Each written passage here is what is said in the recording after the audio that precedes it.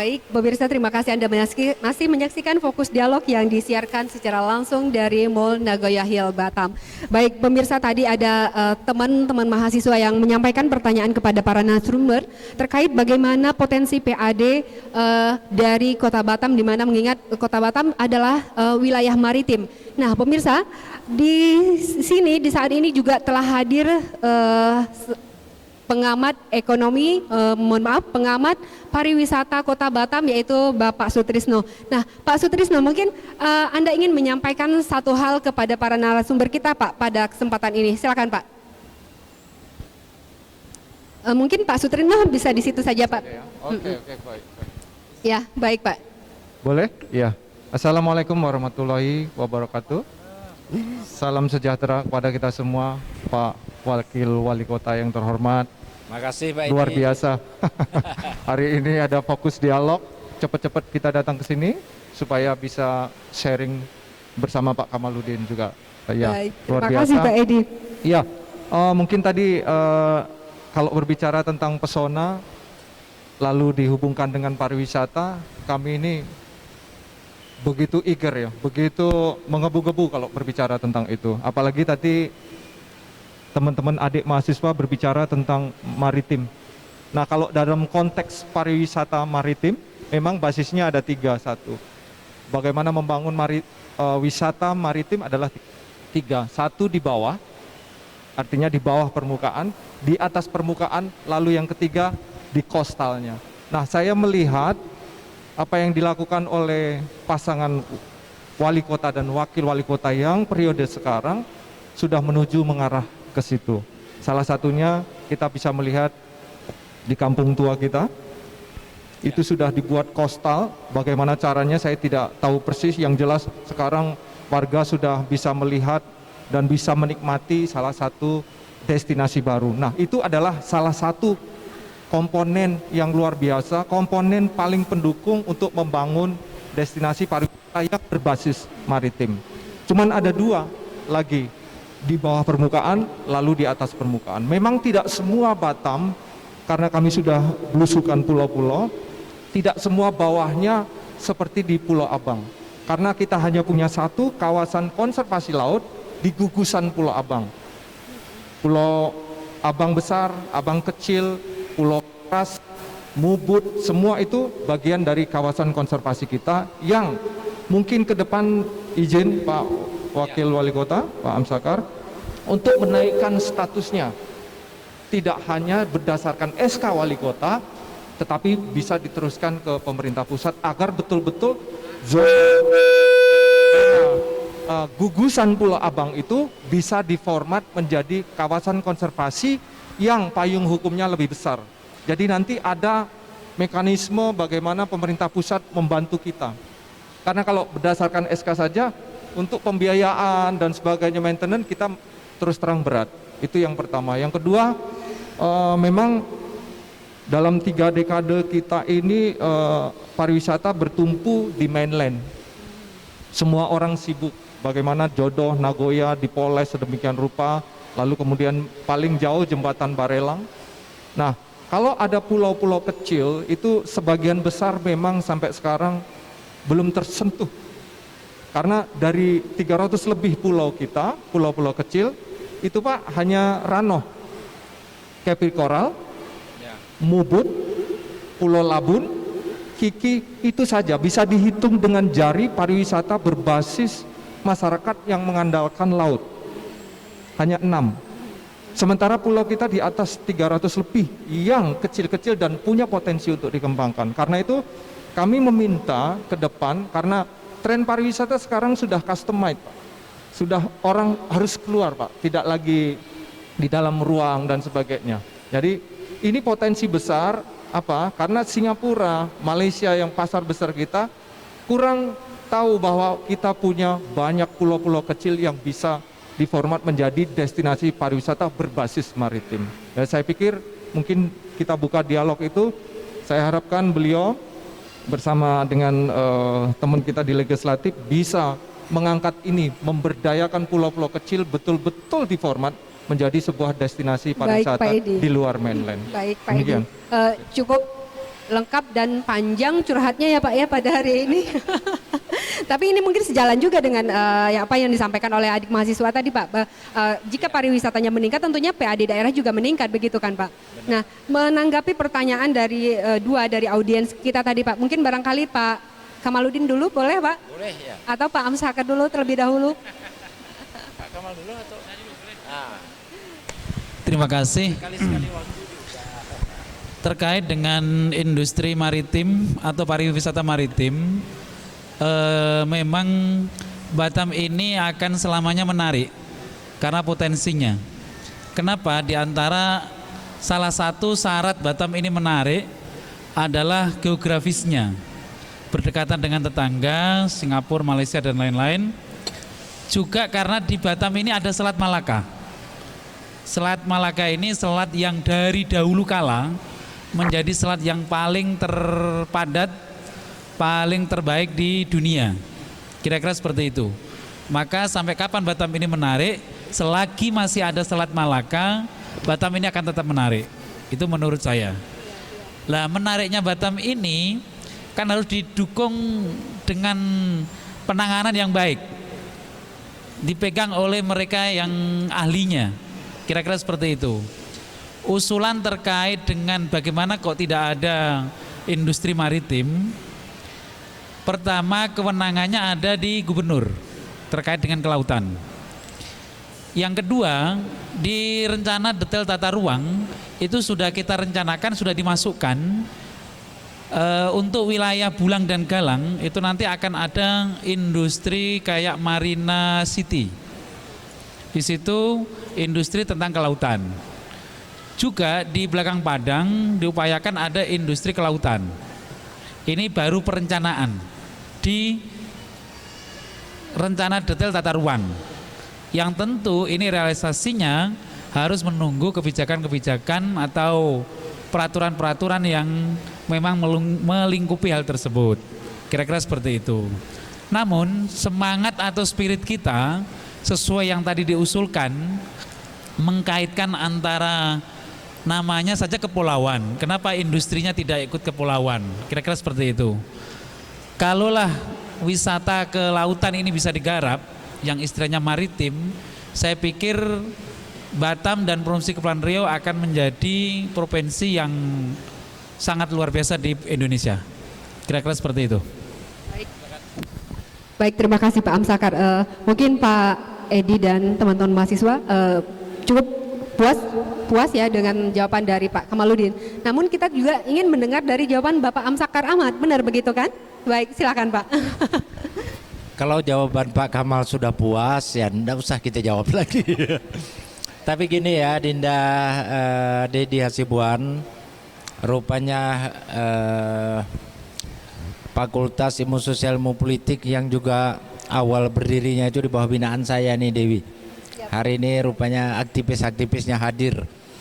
Baik, saya kembali mengulang jawaban saya sebelumnya bahwa ranah kewenangan 0 sampai 12 mil yaitu adalah ranah kewenangan Provinsi Kepri. Bernegara ini pada hakikatnya adalah soal siapa otoritas yang memiliki kewenangan dan siapa yang melaksanakan kewenangan itu. Pada hakikatnya seluruh kewenangan itu ada di tangan presiden. Tapi presiden sebagai kepala negara dalam posisi sebagai kepala negara, bukan kepala pemerintahan. Nah, tapi presiden tentu harus mendistribusikan kewenangan sesuai level yang ada di bawahnya. Pertama kepada kementerian atau lembaga untuk menangani bidang-bidang teknis. Setelah itu diserahkan juga sebagian kewenangannya ke gubernur untuk mengurus di seputaran provinsi. Selain itu diserahkan juga kewenangan ke kota untuk atau kabupaten untuk mengurus kewenangan di seputaran kabupaten kota. Berikutnya diserahkan juga kewenangan ke desa. Kepala desa itu mengurus urusan yang ada di desa. Jadi sebenarnya seluruh kewenangan itu sudah terbagi habis.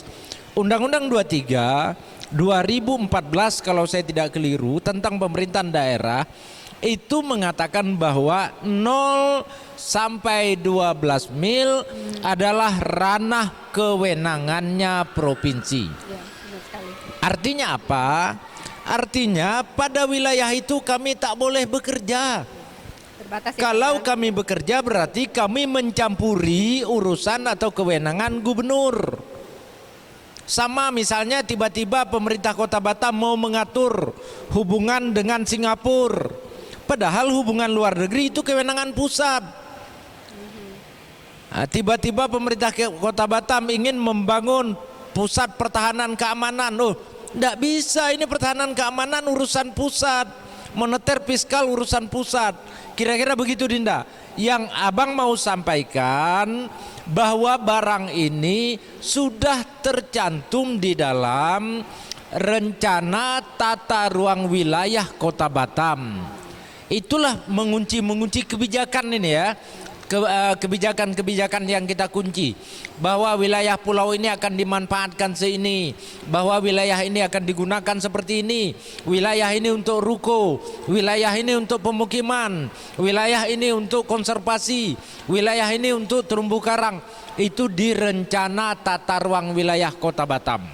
Nah, kita harapkan ketika gubernur ada rencana mau melakukan pengembangan atau instansi terkait ada rencana pengembangan, dia melakukan semacam penyesuaian sesuai padan, ya, integrasi dengan rencana yang sudah kita mulai desain dari awal, yang sudah kita susun dari awal. Ya, itulah sebabnya hampir sebagian besar wilayah potensi kelautan kita tidak dapat berkontribusi untuk sumber pendapatan asli daerah kabupaten atau kota, tapi bisa berkontribusi untuk pendapatan provinsi. Karena itulah kemarin ingat, mungkin Adinda masih ingat, Pak Gubernur itu mengusulkan di APBD yang lewat bagaimana agar potensi Labuh Jangkar itu dapat ditarik untuk antara lain pundi-pundi APBD provinsi. Tapi itu bukan pundi-pundi pemerintah Kota Batam. Kami kabupaten kota oke saja. Kalau gubernur dapat, kalau pemerintah provinsi dapat, pada akhirnya akan didistribusikan juga ke 7 kabupaten kota, kan sama-sama saja nilainya. Kalau pusat dapat, pada akhirnya akan berkontribusi ke pemerintah provinsi, pemerintah kabupaten kota melalui transfer daerah, dana alokasi umum, dana alokasi khusus. Kira-kira seperti itu, Di. Ya, maka yang terkait dengan ini barangkali penjelasan yang lebih detailnya dapat dibawa dalam forum di tingkat provinsi. Ya, itu barangkali yang bisa Abang sampaikan. Lalu bagaimana soal yang disampaikan oleh pengamat pariwisata sahabat saya Pak Edi Sutrisno? Ini kami sering bersama-sama Bu Dewi ya untuk berbagai kegiatan kepariwisataan. Kemarin melantik anggota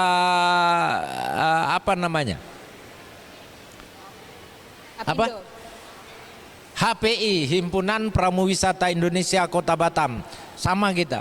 Nah, saya mau katakan bahwa yang lebih baik untuk percepatan pemanfaatan di seputaran pulau ini adalah para pelaku usaha itu mengusulkan untuk dibuat misalnya Bung Edi kawasan ekonomi khusus pariwisata.